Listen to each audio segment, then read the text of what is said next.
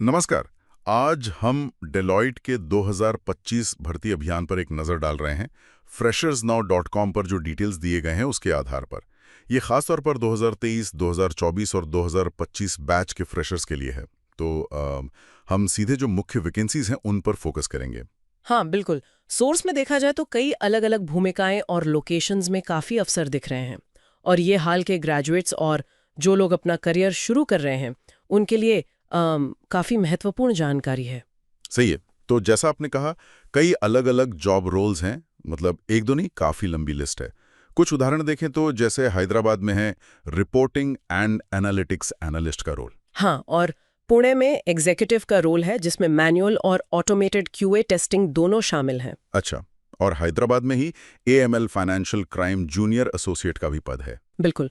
और बैंगलोर में कंसल्टेंट का रोल है।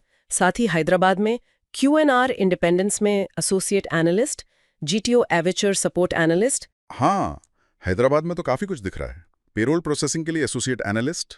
आईटैम एनालिस्ट पुणे में है। फिर हैदराबाद में एडमिनिस्ट्रेटिव बिजनेस सेंटर में एग्जीक्यूटिव कोऑर्डिनेटर का रोल है।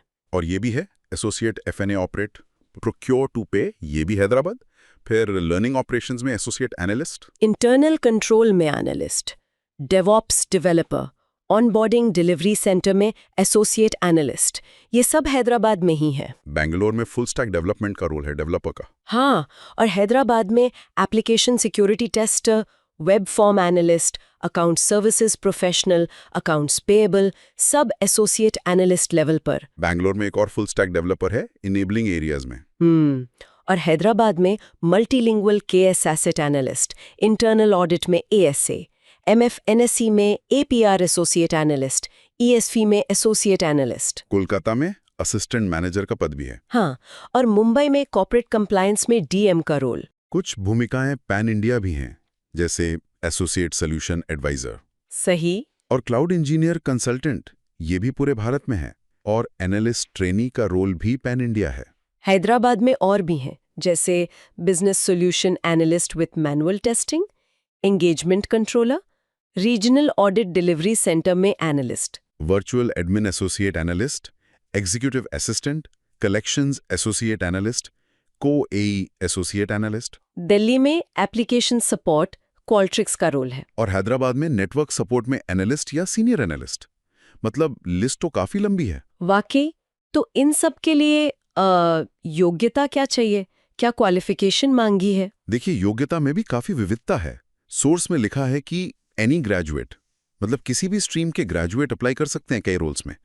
इसके अलावा BCom, BBA, bachelor degree, engineering degrees जैसे बीई, बीटेक, एमटेक, एमसीए। अच्छा। और सीए और एमबीए वाले भी।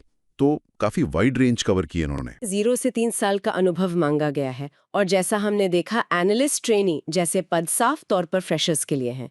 तो हाँ, फ्रेशर्स के लिए बहुत मौके हैं। ठीक है। और स्किल्स के बारे में क्या, मतलब डिग्री के अलावा और क्या चाहिए? हाँ, ये भी महत्वपूर्ण है। लगभग हर रोल में अच्छे कम्युनिकेशन स्किल्स की बात की गई है, और एमएस ऑफिस, खासकर एक्सेल। एक्सेल तो आजकल हर जगह जरूरी हो गया है। बिल्कुल। एनालिटिकल स्किल्स, मतलब डेटा को समझने और विश्लेषण करने की क्षमता, ये भी काफी जरूरी है। और टेक रोल्स के लिए? हाँ, तकनीकी भूमिकाओं के लिए कुछ स्पेसिफिक स्किल्स मेंशन किए हैं, जैसे SQL, Python, azure, power BI, tableau, SAP, ServiceNow वगैरह। ये रोल पर निर्भर करता है। तो लोकेशन की बात करें तो हैदराबाद तो बहुत बड़ा हब लग रहा है। हाँ, हैदराबाद में सबसे ज्यादा वैकेंसी दिख रही हैं, लेकिन पुणे, बेंगलोर, कोलकाता, मुंबई और दिल्ली में भी अच्छे अवसर हैं।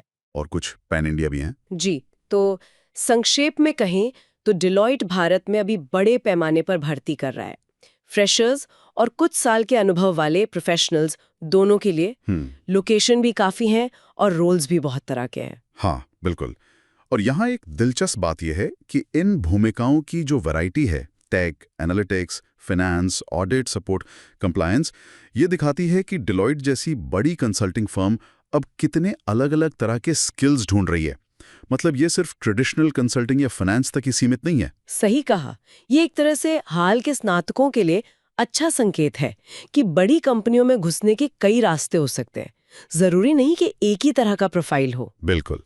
और सोचने वाली बात यह भी है कि आजकल के जो फ्रेशर्स हैं उनके सामने इतने सारे विकल्प हैं, तो अपने लिए सही भूमिका चुनना वो भी एक महत्वपूर्ण कदम है।